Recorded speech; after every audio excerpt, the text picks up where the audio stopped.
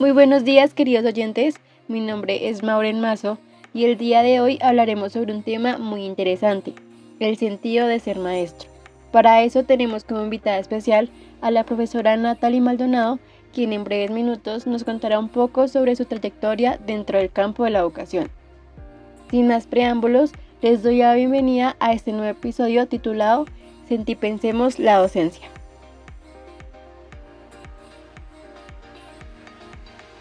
Bueno, mi nombre es Natalie Maldonado Cristancho, soy maestra del distrito hace 7 años más o menos y siendo maestra ya formada aproximadamente 15 años. Soy egresada de la Universidad Pedagógica de la Licenciatura en Educación Infantil, especialista en gerencia de proyectos educativos de la Universidad Distrital y magíster en educación. Bueno, profe, ahora vamos con la primera pregunta. ¿Por qué escogiste ser maestra y no otra profesión? Es bien curioso, nunca quise ser maestra. Yo vine a conocer la Universidad Pedagógica el día que me presenté. Yo quería estudiar arquitectura, pero económicamente en una privada no podía. Entonces me tocaba estudiar en una pública, me presenté a la nacional y no pasé. Y la única opción que encontré fue la pedagógica, entonces fue casualidad de la vida, no quería estudiar, no quería quedarme en la casa y me inscribí a la universidad, hice todo el proceso y pasé. Fue duro al inicio porque es como esa frustración de lo que quería hacer, pero a la final fue lo que me tocó. Pero con el pasar del tiempo dentro de la universidad le fui cogiendo amor a la profesión, a los discursos políticos que hay detrás de formar personas, del ser maestro, y por eso me quedé y terminé la carrera de educación. Digamos que yo tengo una pregunta relacionada con esa, y es que yo he visto como que el amor a la docencia como que no se adquiere de una vez, ¿cierto? Como que siempre Yo peleaba con una profesora porque decía, es que ser maestro es innato, eso es vocación. Y yo le decía, no es vocación porque es que yo llegué aquí porque no tuve otra opción. Pero con los años uno sí se da cuenta, ¿sí? Y yo me daba cuenta después, yo me hago como esa introspección y yo me decía, claro, yo siempre he tenido un don de gente, un don de enseñar, un don de acompañar, pero lo vine a descubrir mucho después, porque a pesar de que yo tuve en el colegio toda la parte de enfoque, proyecto de vida, sí apuntaba a cosas parecidas, pero nunca como tal directamente a educación. Lo fui descubriendo con el camino. Y no de una me enamoré para decirte yo, ay, es que los niños son hermosos, divinos. No, jamás manejé ese discurso. A mí lo que me gustó fue cómo el ser maestro es un ser político. Eso fue lo que a mí me enamoró de la educación. Y digamos que en la época que yo estudié en la universidad, la parte del movimiento estudiantil era muy fuerte. Entonces, eso también me encarretó en el tema de la educación, porque también era el tema de las políticas educativas y cómo eso también influía en los tipos de personas que te ibas a formar. Entonces, eso fue lo que a mí me gustó y me enamoró de la docencia. La educación, en mi ambiente en el que yo crecí, no era una opción de, o era vista como menos que las otras. Entonces, socialmente también pesaba eso. La segunda, ¿cuáles son los mayores retos a los que se enfrenta un maestro hoy en día? Hoy en este siglo XXI, año 2023, creo que el reto más grande es seguir siendo maestro y un maestro con convicción. Educar cada día está siendo muy difícil. Cada vez se da cuenta uno que las familias están más desprendidas de los procesos. Los maestros socialmente nos están dando cargas que no son de nosotros, por ejemplo, el hecho de yo tener que cuidar, nosotros llevamos una formación ya de muchos años como para ser simplemente cuidadores, el hecho de que cuando pidas acompañamiento de familia no siempre se dé, o si se da, no se da de la mejor manera, no está el mismo respeto, no estoy diciendo un respeto de impositorio, sino un respeto de entre una relación de somos iguales con roles diferentes. Yo siempre manejo este discurso con los niños, en que somos seres humanos, yo soy la maestra y usted es el estudiante, y desde allí establecemos un diálogo. Es bastante complejo. Otro reto es cómo enamoro a los estudiantes a la educación. porque cada vez los estudiantes con el tema de la tecnología y las redes nos estamos volviendo simplistas, líquidos, la ley del menor esfuerzo, y para educarse se necesita esfuerzo, se necesita leer, se necesita comprender, se necesita intentar 1, 2, 3, 4, 5, 6 veces, y los chicos no están aprendiendo a manejar la frustración, por ejemplo. Todo lo quieren ya, todo lo quieren de inmediato, todo lo quieren fácil. Entonces cuando tú muchas veces presionas para poder tener mejores procesos, es como lo más complejo, porque se desmotivan. Entonces venimos también de un tema emocional bastante fuerte después de pandemia. Entonces eso es bien complejo porque influye en los procesos de enseñanza y aprendizaje. Entonces ese ser en toda esa complejidad, más las cargas emocionales que uno tiene, más sus propios retos, hace que la cosa sea bastante complicada. Muchos maestros nos hemos sentado a hablar y decíamos, ¿será que yo sí termino mi vida siendo maestro? Porque nos están acarreando muchas enfermedades físicas y mentales el hecho de tener que soportar tanto. Porque lastimosamente nos están estigmatizando de cosas que no son. Porque a veces uno hace su mayor esfuerzo y todo, y la embarras en una cosita, te equivocas y ahí se queda. Y es lo que saca los medios y es lo que sale, pero no dan ese trasfondo de todos los esfuerzos extras que tú haces. Mira, el simple hecho de tener que tú sacar las copias, de tú tener que comprar material, eso es plata. Eso es plata y tú lo haces con todo el amor del mundo, pero muchas veces eso no se valora, se vuelve una obligación. Exactamente. Entonces, eso es uno de los retos más, creo que eso resume el reto, el seguir conservando esa magia, en mi caso, de no volverme la profe acomodada y ya decir, ¿sabe qué? Yo dejo hasta aquí, porque ya ahorita lo entiendo. Cuando yo criticaba a esas maestras de la universidad, pero es que esa profesora ahí ya no sé, no, ya lo entiendo, ya llevo 15 años como maestra y ya entiendo por qué a veces la gente se acomoda, porque es que es duro luchar a veces contra la corriente.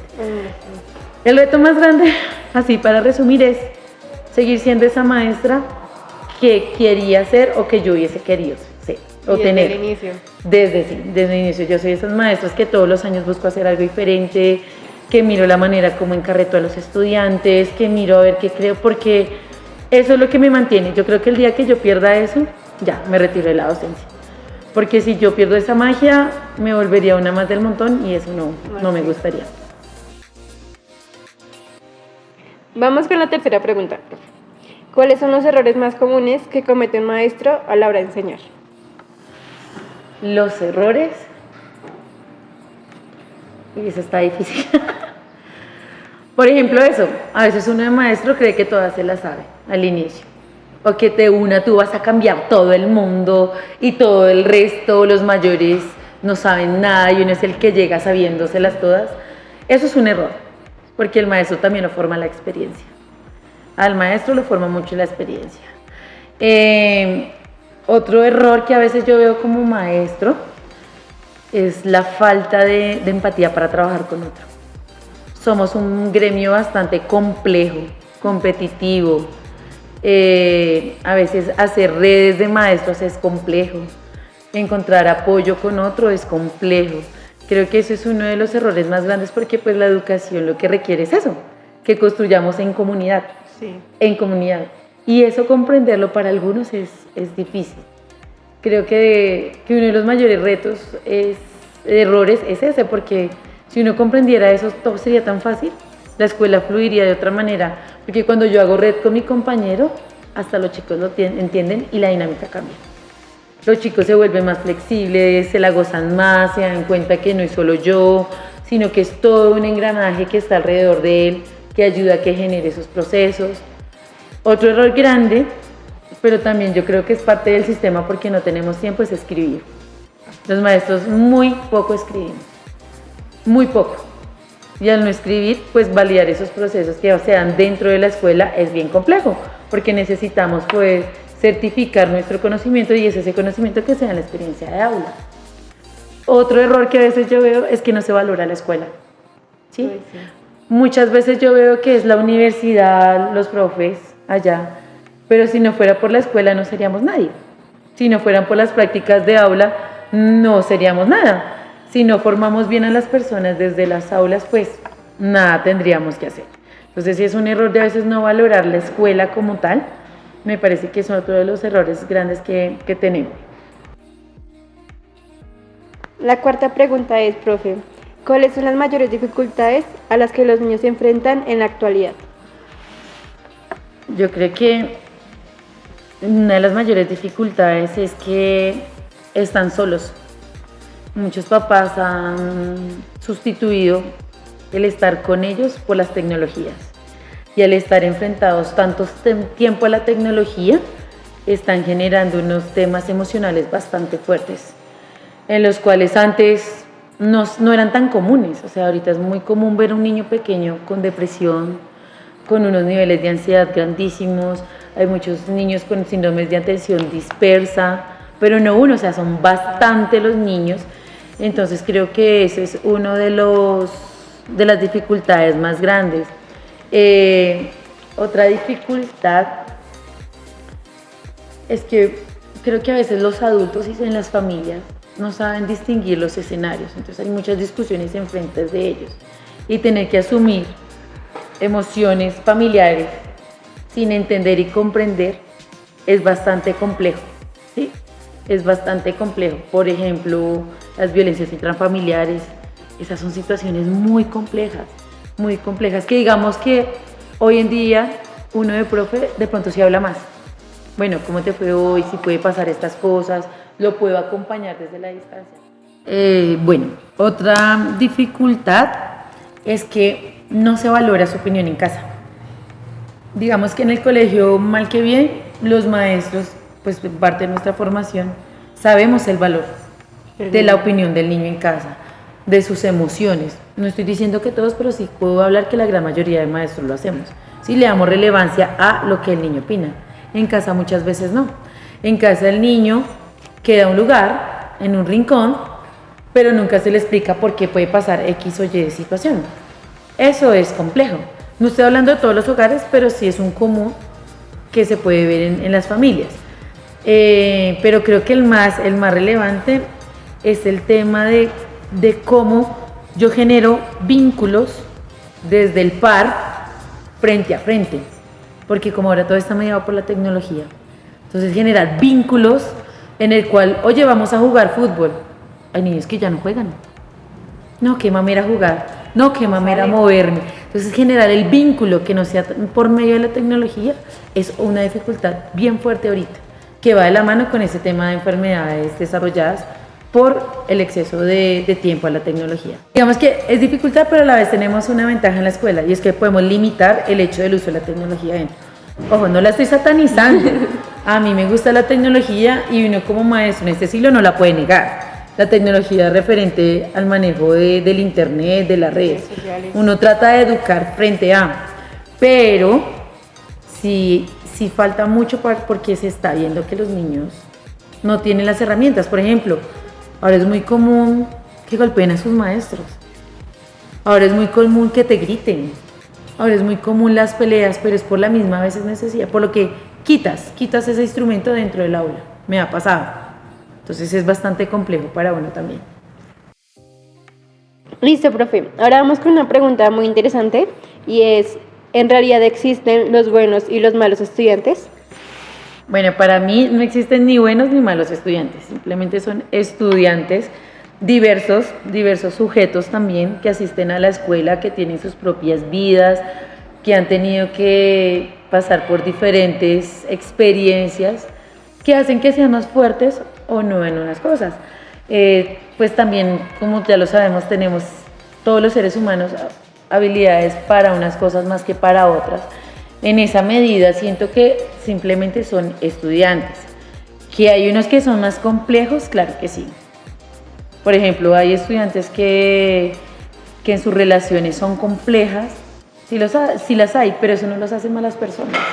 Simplemente los hace ser sujetos en que tienen que trabajar un poco más ese tema de sus relaciones, y muchas veces, por ejemplo, en esos casos que son como los más complejos, es porque hay dificultades en casa que no se acompañan o no se hablan de ellas o se enfrentan y simplemente se quedan ahí. Entonces yo creo que buenos y malos estudiantes es un estigma bastante fuerte e irresponsable de la escuela, porque muchas personas les ha pasado que le dicen usted es el malo y le puedes hacer un daño psicológico a la persona de por vida. Entonces es un riesgo muy grande el que tú entres a catalogar a estudiantes de buenos y malos, porque cada cual es bueno para unas cosas y en otras debe mejorar. No es que sea malo, sino que tiene que mejorar. Listo, profe. Me gustaría ahora que me dijeras como una experiencia que te haya marcado y hecho replantearte tu papel como maestro.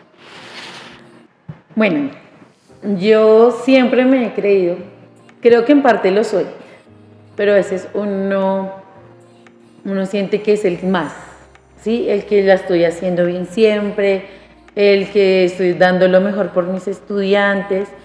Y una experiencia recientemente fue el hecho de que yo creo mucho en los estudiantes y yo doy muchos lapsos y creo que ellos en su proceso de tiempo van a lograr cosas, ¿sí?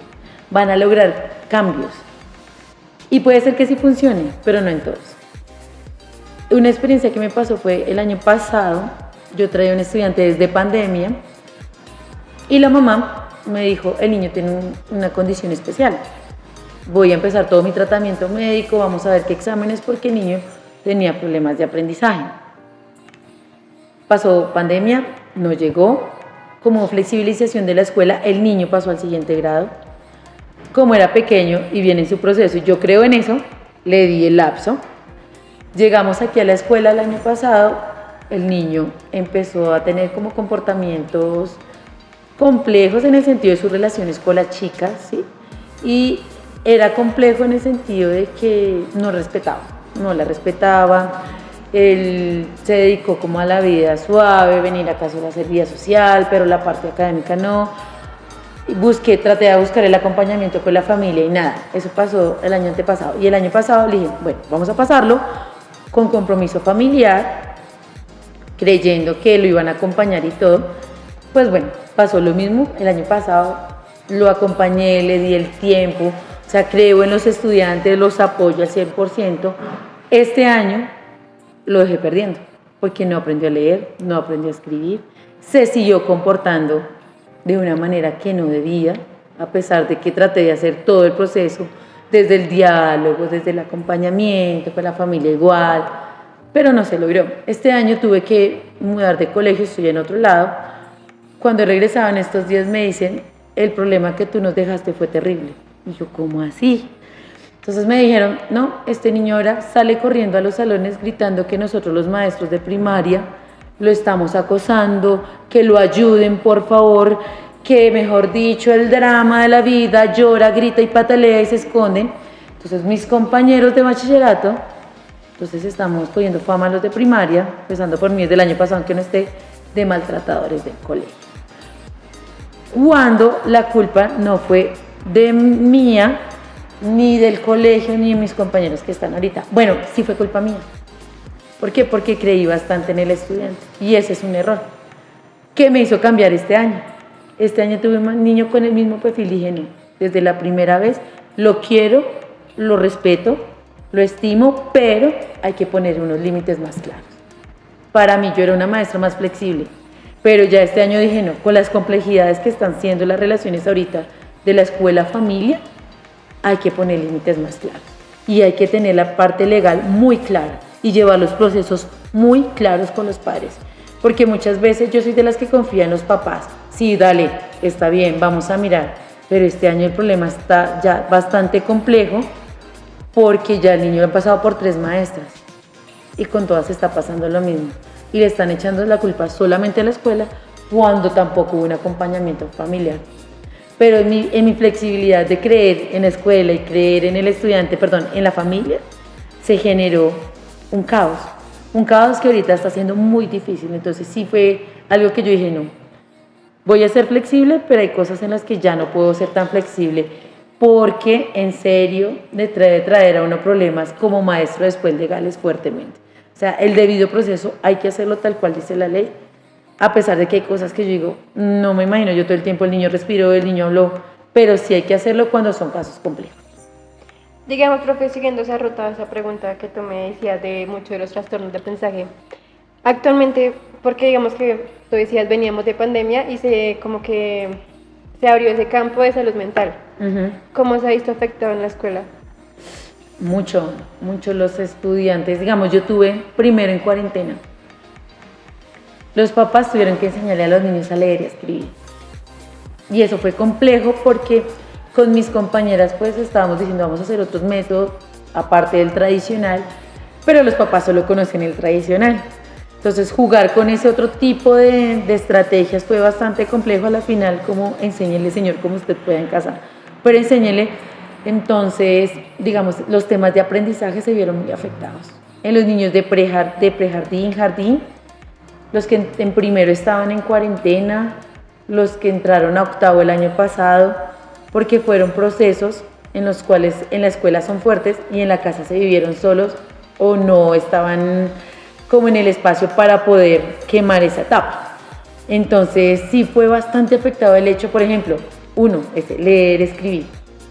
Son niños que van con dificultades. Y para comprensión, peor. Dos, en los temas de relaciones. Son bastante complejos porque muchos estuvieron mucho tiempo solos en casa. O mucho tiempo solos en casa, o mamás sobreprotectoras todo el tiempo con el niño ahí. Y cuando llegaron aquí a la escuela, pues uno veía las tareas perfectas y todo. Y cuando lo ponías acá a hacerlo solo, no daban pie con bola. ¿Por qué? Porque como no estaba la mamá encima o no estaba la mamá haciéndolo, ahí se complejizó la situación. Bueno, todo eso para cómo lo tratamos en la escuela. Últimamente, digamos, hay unos protocolos que se están manejando para los temas, por ejemplo, de depresión.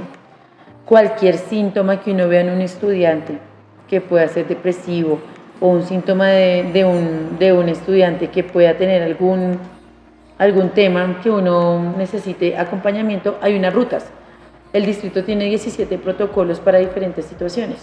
Entre uno de ellos están los temas de salud mental. ¿Ves? Entonces, lo primero es identificarlo. Nosotros tenemos aquí unos acompañamientos de orientación y de educación especial, cómo proceder con esto, llamar a la familia, preguntar qué fue lo que pasó, qué conocimiento se tiene frente a las situaciones que han tenido los niños para así determinar qué ruta se lleva. Si toca llevarlo a un médico, cómo toca hacer ese tipo de acompañamiento, identificar qué es la situación que lo puede estar detonando o qué situación fue la que llevó a que el estudiante desarrollara ese tipo de enfermedad. En los más chiquitos no se ve tan fuerte. En los adolescentes se está viendo más fuerte los temas depresivos. Ahorita es muy común ver chicos con problemas de depresión, sobre todo de tu séptimo para arriba. Entonces, sí está siendo complejo porque son más callados. Entonces, digamos, esa es una manera en que uno lo identifica. Y de una, active rutas. Eso es lo que es.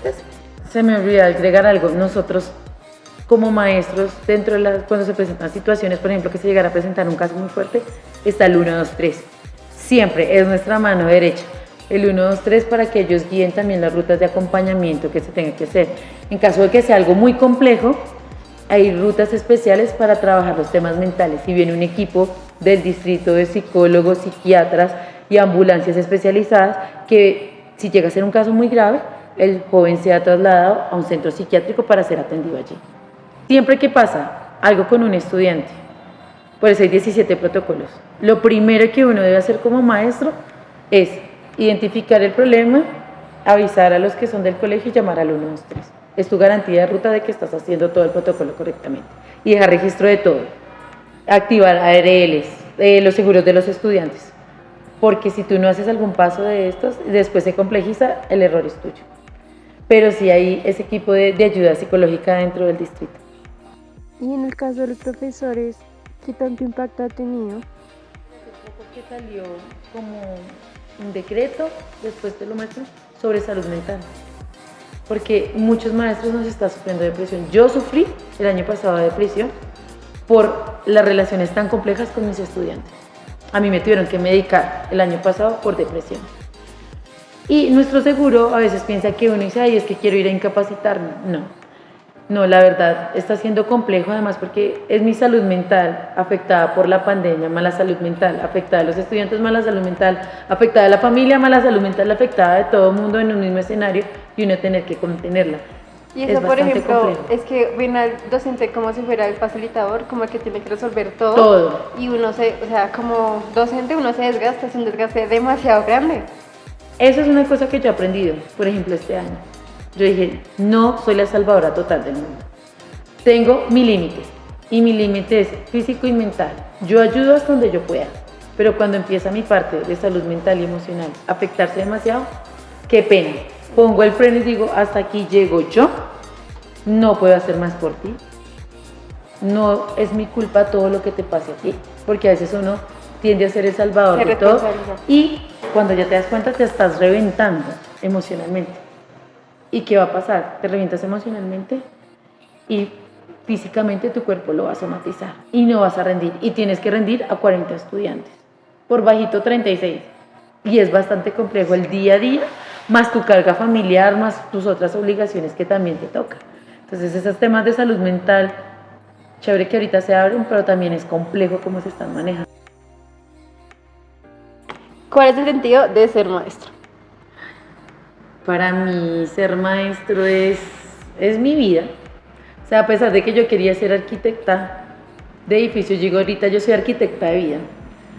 Para mí mi sentido de ser maestra es el poder colaborar, dejar algo a la humanidad, dejar semillas en esas personas en las que pasan por mis manos. El sentido de ser maestro es poder hacer un aporte real a la sociedad. Yo siento que eso es lo que más a mí me motiva a seguir.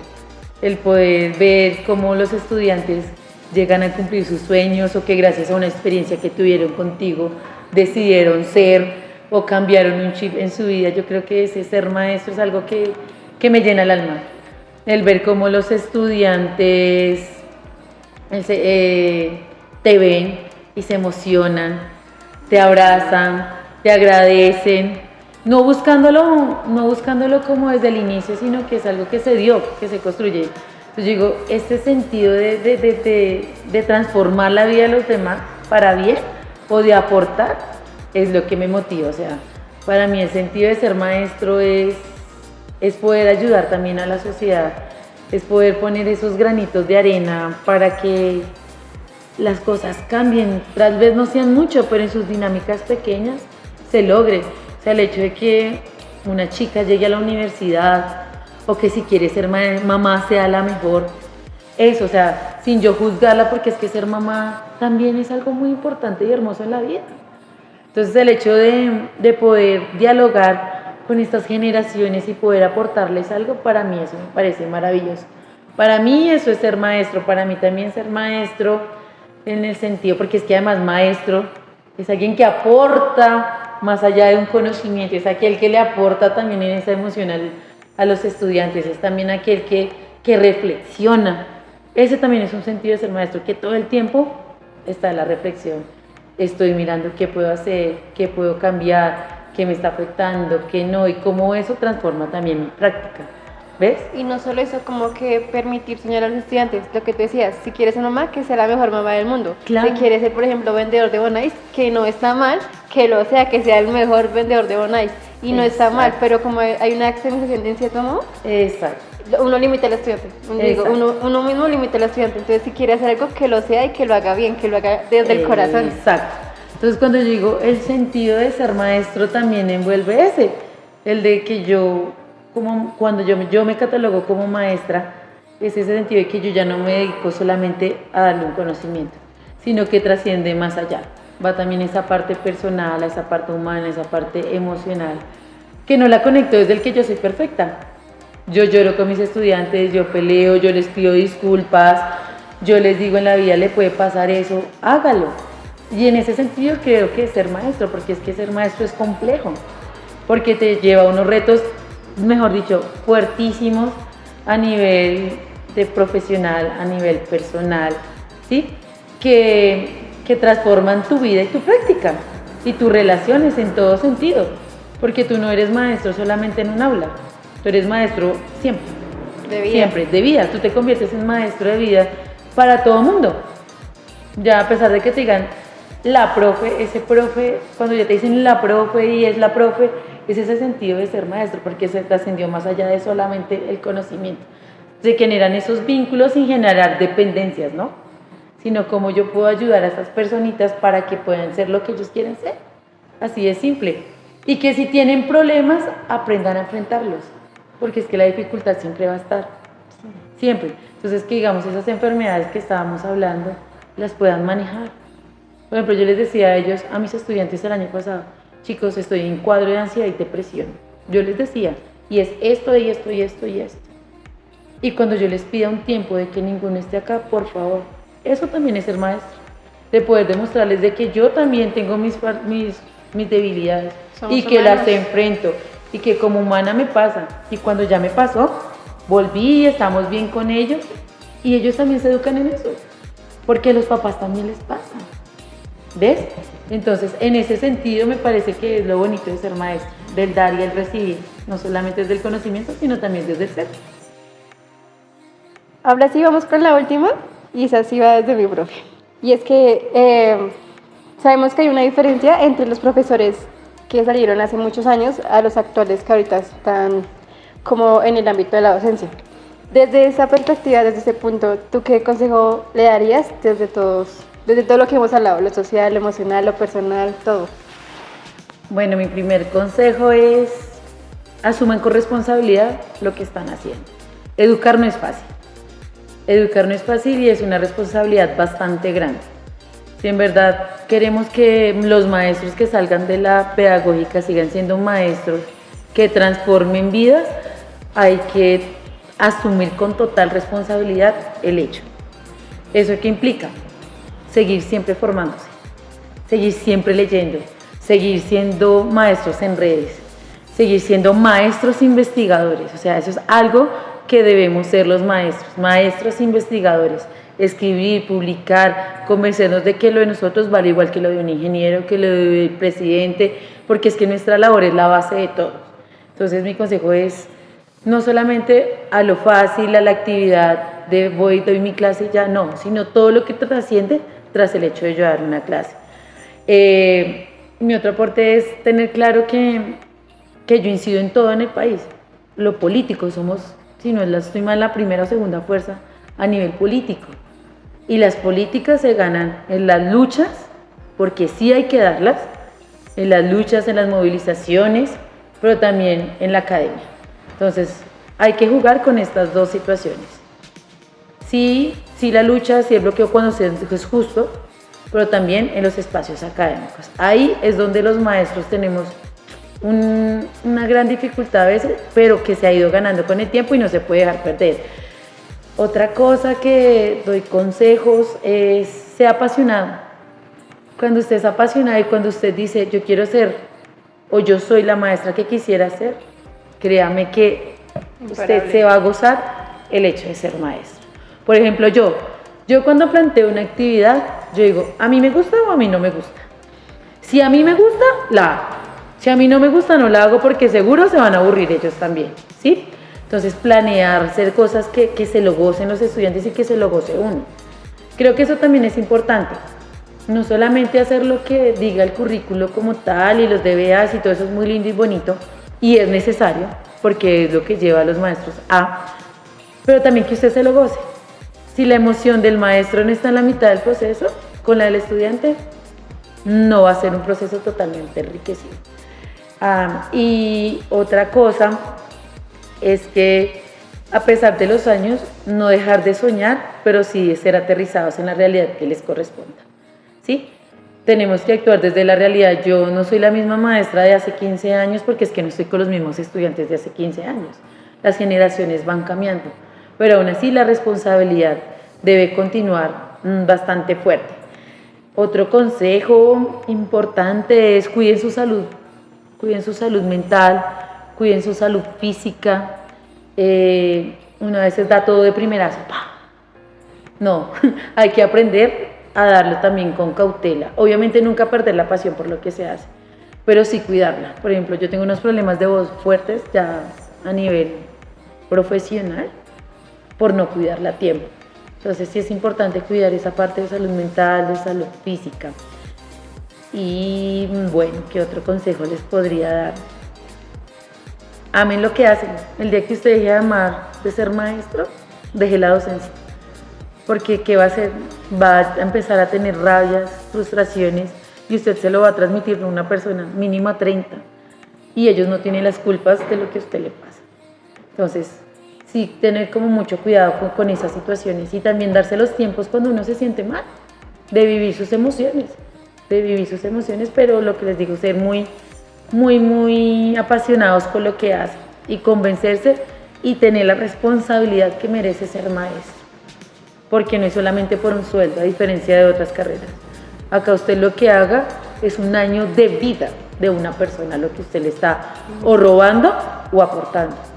Y eso es algo muy complejo, muy complejo. Bueno, y por último, ser ejemplo, no olvidarnos que somos ejemplo de, ¿sí? Miren, uno tiene ojos con los años en todo lado.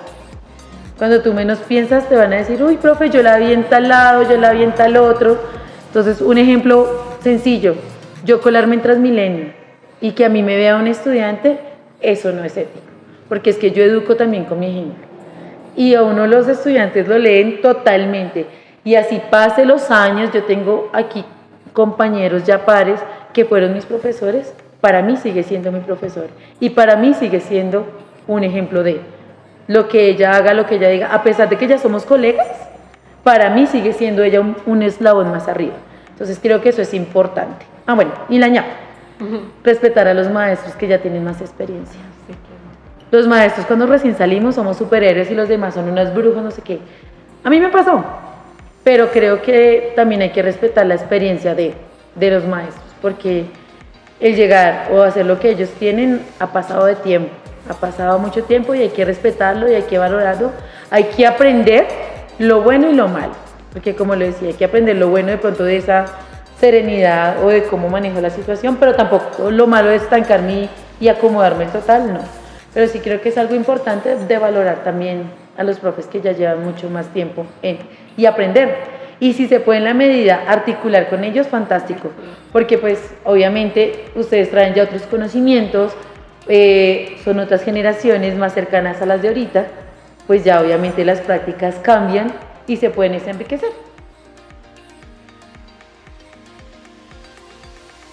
Bueno, profe, muchas gracias por aceptar esta invitación. La verdad fue un espacio excelente y creo que no pudiste decir de mejor manera el significado y el sentido que conlleva no ser solo un maestro, sino un maestro de vida. Para las personas que están escuchando, espero que hayan disfrutado este episodio tanto como yo lo hice.